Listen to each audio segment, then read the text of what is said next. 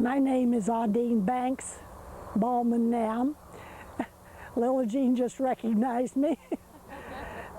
Her brother Wilbur was in our age, I guess. I didn't actually live in Oil Hill. I lived a mile south and just a little bit west toward the Fraser School, which is where I started the school. And they did away with Fraser, and we came to Oil Hill in the 4th grade. And we had Miss Elsie Wilson for teacher. I remember that. One of my favorite memories is a story my father told. My parents were R.A. and Edna Banks, only Dad was known as Squirrel. And I believe he got the nickname from, he moved here from Arkansas, and they were throwing rocks, trying to see who could throw a rock over a rig, and Dad could do it. And they told him, or he told them, that he used to catch squirrels that way in Arkansas, and no one knew his name was Rudolph. Everybody called him Squirrel. We liked, of course I went to school here, and the swimming pool was one of our favorite places, and the miniature golf. And I'm Lucille Thomas, and we moved in Oil Hill, and we lived here on this street here. It's the Empire Street. And then my husband was a garage foreman. He worked in this beautiful building over here on the east. And we stayed here, and I had 2 kids. My boy went to the school in Oil Hill, which was really a nice school. And we enjoyed Oil Hill because we was one big family. If you ever need help, they were always there to help you. And I might as well tell you, my granddaughter will tell you, I am 90 years old. So I've seen a lot of come and goes, which have been good and bad. I thank you very much. My name is Wilma Huffman Conrad, and I lived on the Kubler lease, which is, was about 3/4 of a mile south of the old Towanda-Keachai Road, back from the Gusman lease. And we never had any neighbors down there, so I was very lonely lots of times, especially in the summertime when there wasn't any school. But I went to Fraser School from the 3rd grade through the 7th, and that's then at the end of the 7th year why they consolidated with Oil Hill, and I went to the 8th grade in Oil Hill. I had Miss Haggard for my teacher. She was a beautiful teacher. Yes, yeah, she was really a nice lady. And I went to the swimming pool here in Oil Hill, and just, you know, attended church here and everything like that. And he asked what we did for entertainment. My dad played for dances. He played for dances here at the Doherty's Men Fraternity building. And so I loved to dance, and I still like to dance. And but we just all the years growing up, why we attended, you know, a lot of things here in Oil Hill. So I feel as much home here in Oil Hill as I did over at Fraser or in a place like that. So we really had a good school at Fraser. Mr. Bigler, he was principal at both schools. So we really had a really good schools here in Oil Hill and Fraser. That's my... I'm Carl Henn, and I never worked or never lived in Oil Hill, but I did work in this garage over here. I was hired in by Lucille Thomas's husband. At that time, I worked there from 1955 until 1985. I was fortunate that I got to work in the motor transportation department because I got to go over all the leases around here, including Manhattan and clear up to the north. I even was out in Elkhart for a short time working. And they wanted to know what they did for entertainment. When I was here, we had a DMF hall right over here, right next to the thing, and that's where we had our company dinners. The company would send a amount of money every month for a DMF dinner, and they had dances, and then we had a company picnic every week, I think it was in August of every year. There was a picnic over here in the company things. and everybody attended. My name is Esther Jane Thompson Morris now, and I too started school at Fraser from the 1st grade to the 4th grade. And in the 4th grade we came over to Oil Hill, and we became Oil Hill kids, even though we didn't want to right at first. My 2 little brothers, Victor and Tommy Thompson, also went to Oil Hill, of course. And I want to tell you about our school. It was extremely out of the ordinary. F.W. Bigler was way ahead of his time. He had all of his teachers go to school in the summertime or take a trip and write a report for him if they wanted to stay employed at Oil Hill.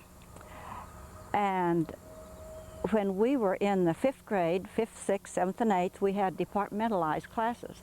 We had a teacher for math, a teacher for history, a teacher for English, teacher for art, and we had a real gym with a real PE program. And we went over there to the gym, and girls' classes and boys' classes segregated. And after our gym class, we took showers. They furnished our white towels for us. We wore black bloomers and white midi blouses and high top, not tennis shoes. There were no tennis shoes, gym shoes. And when it got warm enough and we were brave enough, we would roll down our long stockings so we could leave our legs bare. And I want to tell you about, I didn't live in Oil Hill ever, but I lived out west near the Gusman lease. I lived on the Boyer farmhouse. We lived in an old farmhouse, which was a wonderful place because we had 2 large gardens. We raised lots of our food. We always had a cow. We always had chickens. We always had lots of food, and my mother canned, and we were rich. We didn't know it, but we were rich. And during the Depression, we had a regular income. We had a country club right here. We had a swimming pool. We had a golf course. The tennis courts have been mentioned, and we had a miniature golf course. And our whole life revolved around the school in the winter and the swimming pool in the summer. Oh, I didn't remember to tell you, Mr. Bigler had family movies on Friday night. Can't remember how often, probably once a month. And one of the movies I remember so well was Hunchback of Notre Dame. He had good movies. One time a movie came on and he hadn't previewed it, and he thought it was not the right movie for us to see, our families, so he refunded everybody's 10 cents because he didn't think that it was a fit movie for us to have. I'm Jack Buckner, and I was born here in 1934. My dad worked at, I believe, at the air plant, and I don't have too many memories because we moved away when I was 2 years old. But one vivid memory I do have is, well, I was hoping the Reap boys, one of them would have been here because one of them was carrying me on his shoulders running down the sidewalk, and he tripped and fell and broke my nose. So I remember that pretty well. And I remember my dad building a big motorboat, a wooden motorboat. He worked on that for I don't know how long out in the yard. And I must have been a mess because my mom always told me that she tied me with a leash to the clothesline because I was running away all the time. So that's all I can remember. I do remember the swimming pool. But my name is Viva Zhang, but I was Viva Ray. I didn't actually live in Oil Hill until after I was married, but I grew up in out on one of the leases west of here. I mean south of here.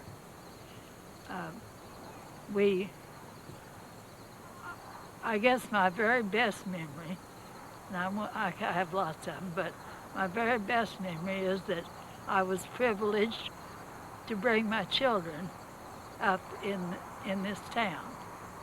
The children could play all over town, and we didn't have to worry. I did try to know where they were, more or less, but I didn't have to worry that something was going to happen to them. Although some of the stories that my sons tell nowadays, I wonder if I should have been quite that confident.